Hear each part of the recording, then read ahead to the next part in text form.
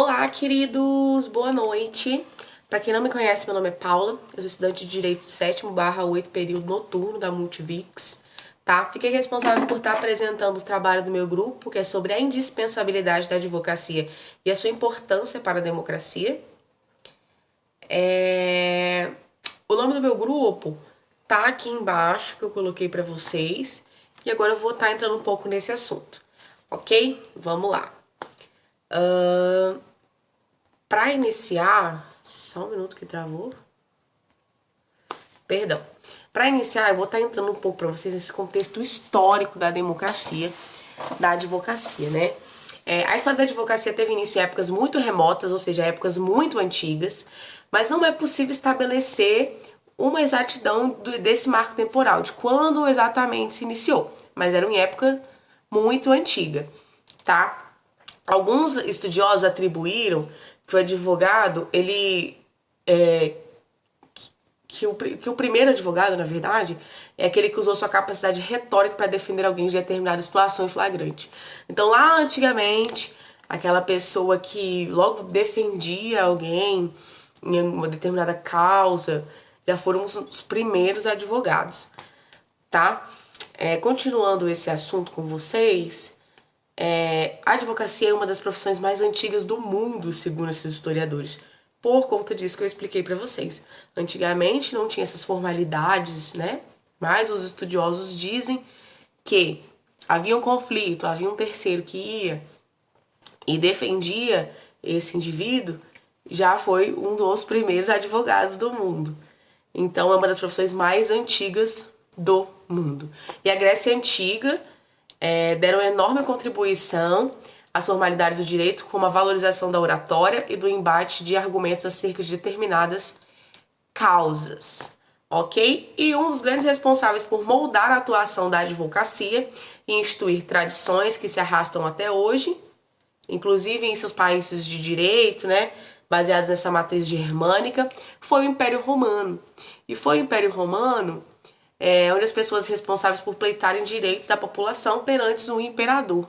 Então eles tinham um imperador e as pessoas pleitavam seus direitos para esse imperador. Então ele foi muito importante também nesse marco temporal do nosso direito, tá? Outra coisa importante para falar com vocês é que, assim, dessa forma acaba sendo assim inegável dizer que as tradições romanas deixaram sobre os advogados um ideal de respeitabilidade e combatividade.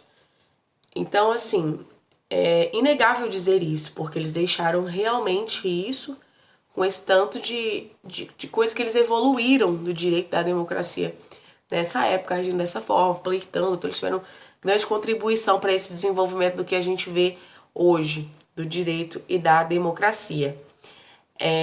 Dando continuidade, e a gente viu, né, no slide anterior que essa historiedade teve grande importância, né, porque lá já se fazia muito o direito graças a essas pessoas que tinham o instinto de defesa, porque antigamente não tinha essas formalidades, né, então era tudo muito rústico, posso dizer a palavra grosseira de se dizer, mas eles já tinham esse instinto de direito, de democracia.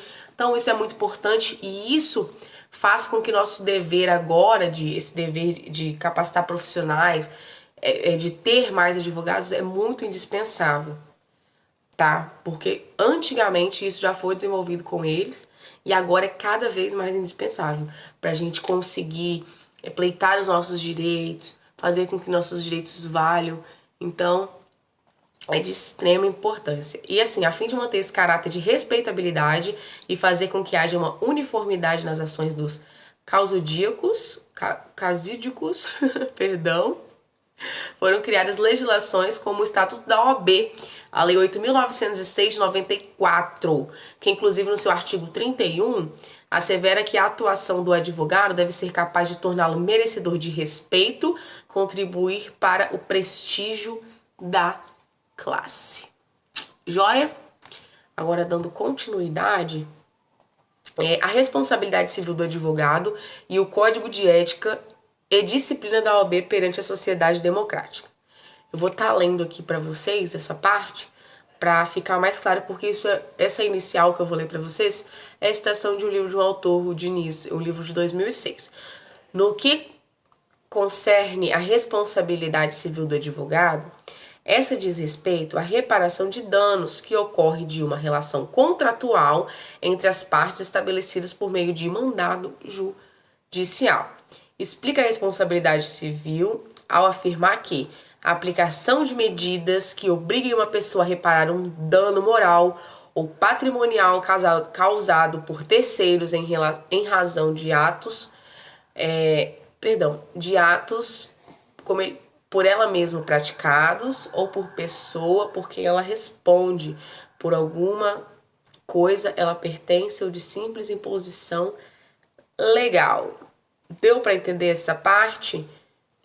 Então, que a responsabilidade civil é de grande importância, porque ela está ali para aplicar medidas que obriguem pessoas a reparar danos morais, danos patrimoniais.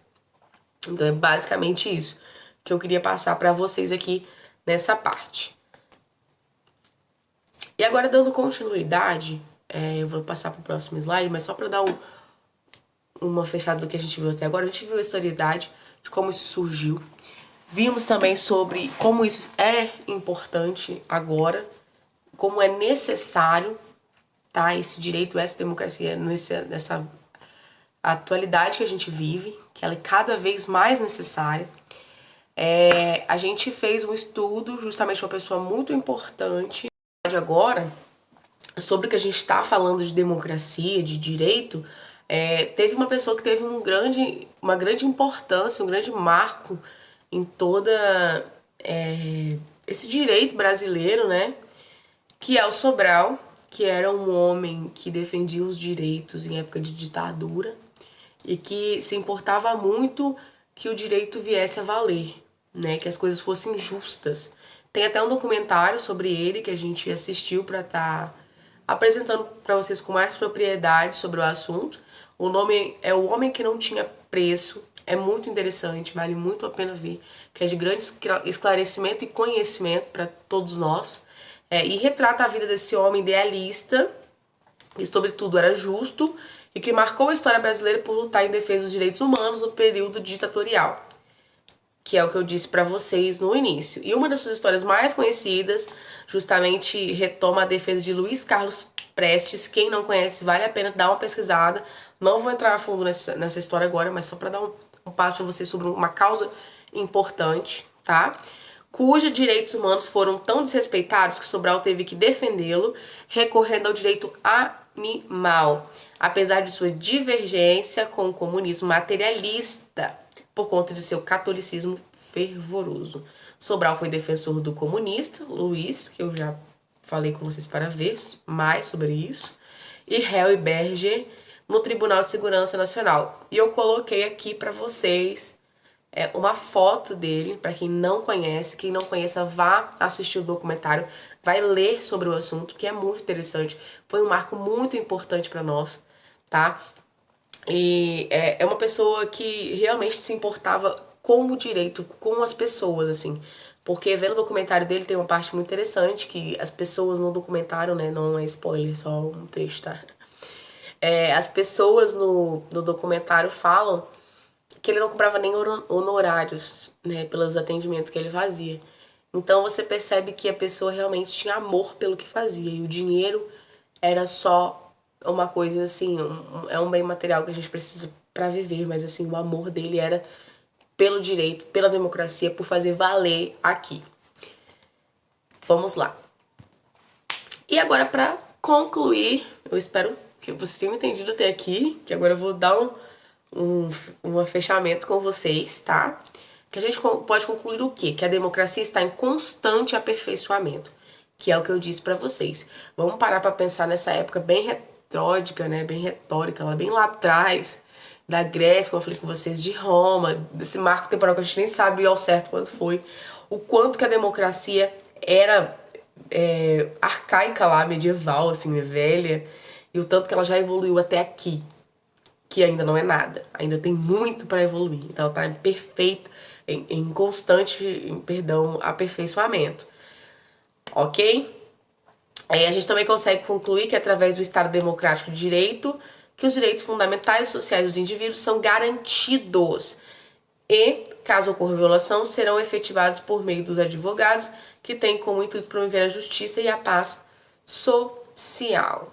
Finalmente, a função pública do advogado, disposta na Constituição Federal, repercute no Ministério Privado do advogado, tendo em vista que as condutas adotadas pelos advogados encontro aos direitos humanos, à cidadania e à moralidade pública estão sob a guarda do Código de Ética e Disciplina da Ordem dos Advogados do Brasil. Eu espero ter acrescentado aqui um pouquinho que seja no conhecimento de vocês. Muito obrigada pela atenção. Por hoje é só. E é isso, gente. A advocacia, o direito, a democracia vão estar sempre em constante evolução. Nunca estaremos no nosso maior marco, ok? Espero mesmo, como já disse, ter acrescentado no conhecimento de vocês. Foi um prazer e até a próxima.